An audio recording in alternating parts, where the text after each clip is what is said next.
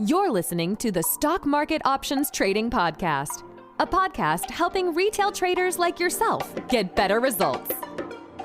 If you enjoy listening to cutting-edge options research and trading strategies that help you make consistent gains in the stock market, be sure to subscribe now so you don't miss an episode. Now, here's your host, J. Eric O'Rourke. Welcome to the first edition of the Stock Market Options Trading Podcast. My name is Eric, and today I want to go over a 2-year study of buying call options on the SPY after a severe market dip. And you've probably heard about this before, buying the dip, but we're going to go into details of how to do that, when to do that. It's not very clear. It's just a general term, but I thought I'd dive in with a specific strategy for you in this first episode. So real quick, this wasn't originally going to be the first episode, but given the market drop we've had in late February around the coronavirus, I thought this would be a little bit more relevant to start the podcast off with. And so this sort of buy the dip call buying strategy is completely based on volatility. And what the study was based on is looking at the VXX exchange traded notes, kind of like an ETF. It's really an ETN. And we're going to be looking at the VXX as a clue as to when the market dip might be over. So real quick, if you haven't heard of VXX before, let me give you a quick kind of overview. VXX is an exchange traded note. It tracks the front 2 months of the short-term futures of the VIX. And there's a severe value decay in VXX over time. On average, VXX will lose 4% per month, maybe 30% per year. This drag is, or this roll, that sometimes they call it the contango loss. So what, for the sake of this, this episode and for the strategy, you just need to know that VXX has a downward pressure on it over time. Now, we're not going to be trading VXX itself. We're just using it as a trigger. But given the fact that VXX has a downward momentum, it's basically in a downtrend, and we're going to be sort of using a reverse trend following strategy for trading SPY using VXX. Now, there have been a few other studies about trading VXX itself. I've actually posted one about a year ago where when VXX spikes, if you do a longer term bearish trade, they tend to work out over time, but that's not the way you're going to buy the dip on SPY. So we're going to kind of start over here. We're going to be trading SPY and use VXX as an indicator. So typically, when a market dips or pulls back or declines, volatility tends to rise. And if the pullback is big enough, VXX itself is going to rally and move above the 10-day simple moving average. And that's going to be our level that we're going to be watching for sort of an indication from VXX that either A, the volatility is starting to increase, or B, the volatility is settling down after a pullback. So during a pullback, if the pullback is big enough, VXX will actually rally above its 10-day simple moving average. And this can actually be a trigger that more pain is to come. I'm going to do a whole nother episode on getting bearish when VXX rallies above the 10. But like I said, given the current market conditions, since VXX is already up there, we're gonna start with the buy the dip portion of that. So once VXX is above the 10, what we're looking for now is for VXX to actually cross back down below. So when VXX is in rally mode and the market is selling off, we really don't know when it's going to recover. It could be a week, it could be 2 weeks, it could be a month. So that's why we're going to use that moving average. When it crosses back below the 10-day moving average, that's a sign that the volatility could be settling down and the downward trend that's sort of natural inside of VXX could or should continue. So that's really the trigger for getting long SPY for this study, is when the VXX crosses back below the 10-day moving average. Now, as you probably know, there's tons of ways to, quote unquote, I'm air quoting here, get long.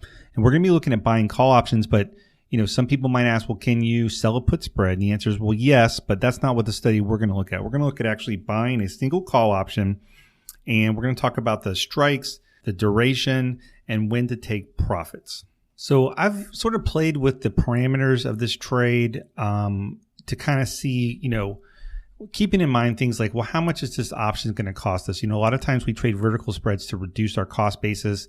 Since we're buying single calls, what's the best way? And, if we go out of the money, the calls are cheaper, but is that actually worth doing? How consistent is the strategy? And where I ended up with is what I think the best kind of trade-off is when that VXX crosses back below the 10-day moving average, I'm looking at a Delta 50 call about 30 days out. So it's kind of right at the money with about 30 days to expiration.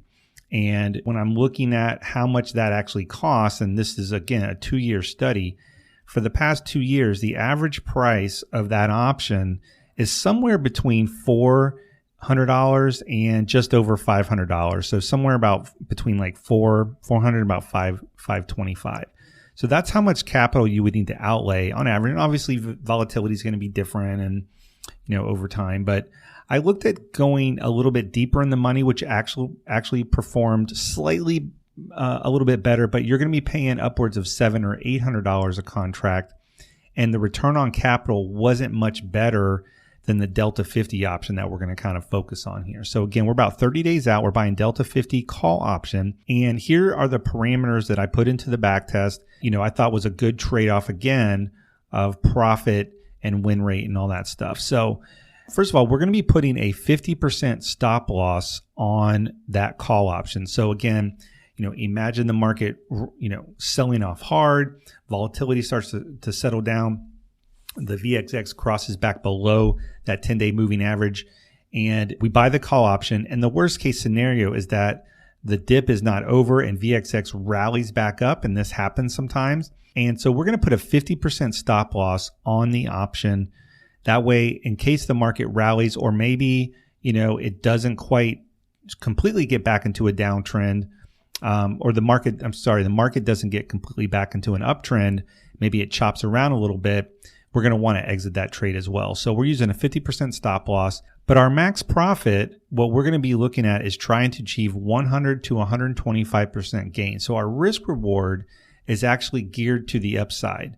I wouldn't call it asymmetric risk reward because it's not that much, but with a 50% stop loss and looking to gain at least 100%, if not 125% gain, is where a good combination was. And let's go through some of the results with that. So real quick, I'm going to recap the whole trade. When the VXX crosses below the 10-day moving average, this study bought an SPY call option about 30 days out, about a Delta 50 with a 50% stop loss and a target of about 100 to 125%. We're going to talk about the 125% because that's what I got set to right now.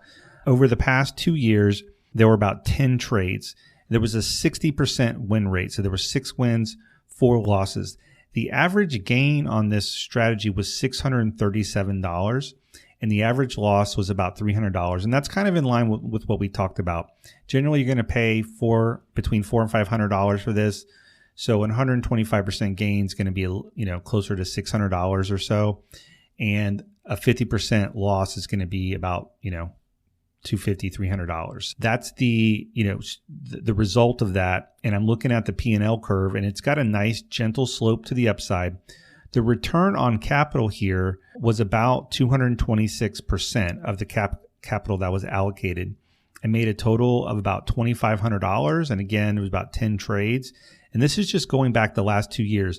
The only reason I can't go back farther than 2 years on this particular study is because a couple years ago, VXX changed hands. It was trading for a long time, and I think it was 2018.